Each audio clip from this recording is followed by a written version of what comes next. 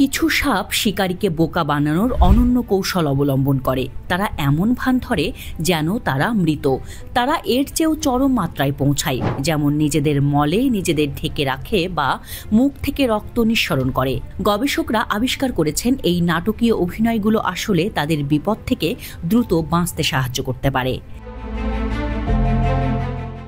এই আচরণের পেছনের ধারণাকে বলে ডেথ ফেইনিং। ধারণার বিষয় হলো, মৃত দেখালে শিকারীরা আগ্রহ হারিয়ে ফেলতে পারে এবং সাপকে শিকার করা থেকে বিরত থাকতে পারে।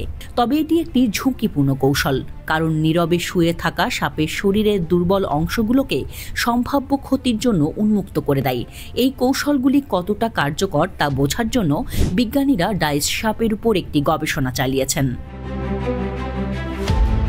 প্রাকৃতিক আবাসস্থলে সাপগুলোকে পর্যবেক্ষণ করার জন্য গবেষকরা উত্তর মেসিডোনিয়ার গোলেম গ্রান্ড নামক একটি দ্বীপে গিয়েছিলেন। তারা 263টি ডাইস সাপ ধরেন। শিকারীরা যেভাবে আক্রমণ করে সেভাবেই সাপগুলোর গায়ে আলতো করে আঘাত করা হয়। এরপর প্রতিটি সাপকে ছেড়ে দেওয়া হয় এবং পর্যবেক্ষণ করা হয় তারা কতক্ষণ মারা যাওয়ার ভান করে থাকছে। এছাড়াও কোনো নির্দিষ্ট আচরণের প্রতি নজর দেওয়া হয়, যেমন মুখ খোলা, মল দিয়ে নিজেদের ঢেকে রাখা বা মুখ থেকে রক্তপাত।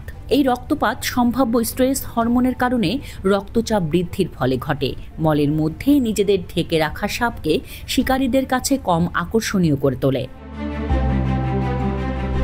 বিজ্ঞানীরা আবিষ্কার করেছেন যে সাপগুলি আরও নাটকীয় কৌশল ব্যবহার করে, যেমন কত দ্রুত সময়ের মাঝে মৃতের ভান ধরা যায়। মজার ব্যাপার হলো, সব সাপই মৃত্যুর ছলনা করে না। অল্প বয়স্ক সাপগুলো অল্প সময়ের জন্য এমনটা করতে পারে এবং তাদের মুখ থেকে কম ঘন ঘন রক্তপাত হয়।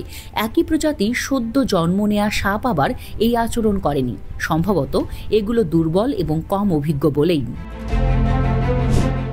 গবেষণায় আরও হাইলাইট করা হয়েছে যে বিভিন্ন কারণ সাপের প্রতিক্রিয়াকে প্রভাবিত করে। এর মধ্যে রয়েছে তাদের বয়স, আকার, শরীরের তাপমাত্রা, তাদের পেটে খাবার আছে কিনা এবং এমনকি শিকারীদের সাথে পূর্বে মুখোমুখি হওয়ার অভিজ্ঞতা।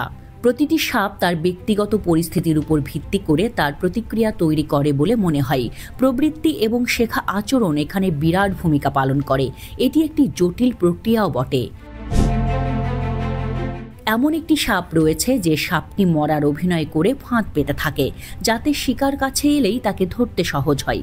2020 সালে যুক্তরাষ্ট্রের নর্থ ক্যারোলিনা অঙ্গরাজ্যের কর্মকর্তারা এই সাপ থেকে দূরে থাকাতে নাগরিকদের সতর্ক করেছেন।